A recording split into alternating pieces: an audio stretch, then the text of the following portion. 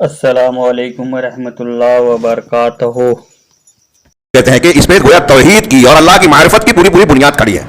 और एक लंबी चौड़ी बहस है जिसका मौका नहीं है। ये मेरे हाथ में जो कागजात है इसमें मुख्तलिफ अक़वाल और इबारतें हैं जिसमें यह भी बयान किया गया है कि ये चारों नाम अल्लाह ताला के अस्माए हुस्ना का हिस्सा हैं। इसमें अहले सुन्नत वल जमात में किसी का इख्तिलाफ नहीं है। अल्लामा कुर्तुबी ने अज़्ज़ाहिर अल बातिन के बारे में भी अल अव्वल अल आखिर के बारे में ज्यादा इख्तिलाफ नहीं है। अज़्ज़ाहिर अल बातिन के बारे में मुब्तदीन बिदअतियों ने जो है इख्तिलाफ किया उसके ताल्लुक से कहते हैं कि ये जितने लोगों ने अल्लाह के अस्मा व सिफ़ात का तज़किरा किया, किताबें लिखी, अहले सुन्नत वल जमात के तमाम उलमा इनको अल्लाह के अस्माए हुस्ना में शामिल मानते हैं। ये इसलिए बयान कर रहा हूं कि जहमिया, मुतज़िला, सूफिया, अशरिया, मातुरीदिया इन नामों की तावील करते हैं या इनका इनकार करते हैं। अलग अलग मौक़िफ़ है लोगों का। और यहाँ शायद मौका मिले ना मिले ये बता दूं कि हमारे हिंदुस्तान में अल्लाह के रसूल के मिंबर से बोल रहा हूँ, किसी को तर्ज के लिए नहीं बोल रहा हूँ, मालूमात हासिल करें कि अहनाफ जो हिंदुस्तान पाकिस्तान के हनफी हैं, हनफी वल मसलक, वो भी अकीदे में साफ कहते हैं, उनके उलमा ने कहा, लिखा है, किताबों में मौजूद है कि हम अकीदे में अशारी मातुरीदी हैं, अहले सुन्नत वल जमात नहीं है।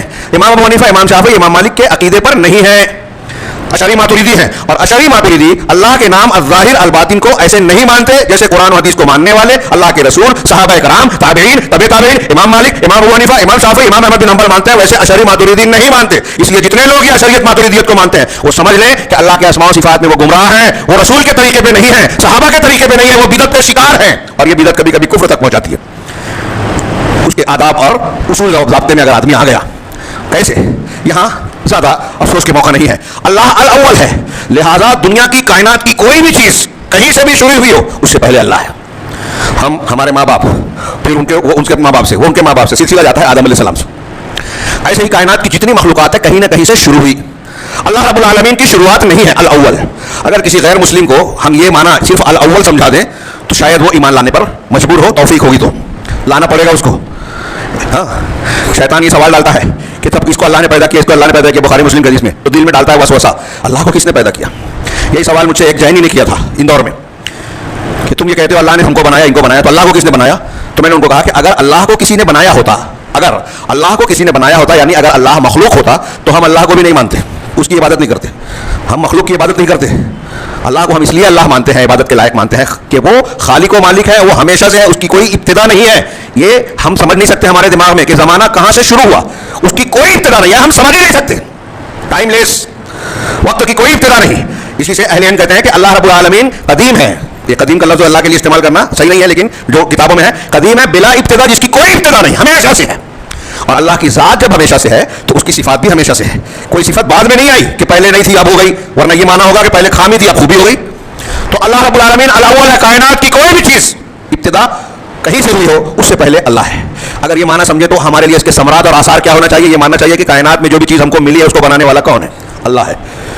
जितने कायनात की चीज़ें हम उनको असबाब पर नजर रखते हैं, इससे हमको रोजी मिलती है, उससे जैसे हिंदू धर्म में जिन चीज़ों से फायदा मिलता है उसकी भी पूजा पाठ होती है, जो नुकसान का जरिया बनते हैं उनकी भी पूजा पाठ होती है। गाय दूध दे रही है उसकी पूजा, सांप डसता है उसकी भी पूजा। तो नफा और नुकसान का जरिया जो बन रहे हैं, शिर्क की एक बड़ी वजह यही है कि मुसब्बिब को भूलकर असबाब पर नजर रखना। बहुत अच्छी तरह समझेंगे जुमला जो मैंने कहा, नौजवान खास तौर से, कि जो असबाब है अल्लाह ताला ने कि हम तकिया के इसके ये करेंगे तो हमको रोजी मिलेगी, ये नाराज हो गए तो हमारी दुनिया आखिरत बिगड़ जाएगी, ये असबाब है दुनिया के। ये असबाब भी अल्लाह, कोरोना की बीमारी हो, जलजला हो, तूफान हो, महंगाई हो, महंगाई बढ़ रही है, हम हुकूमत को कोसते हैं, हुकूमत जरिया है, असबाब ऐसे है, ये मुसल्लत किया अल्लाह ने।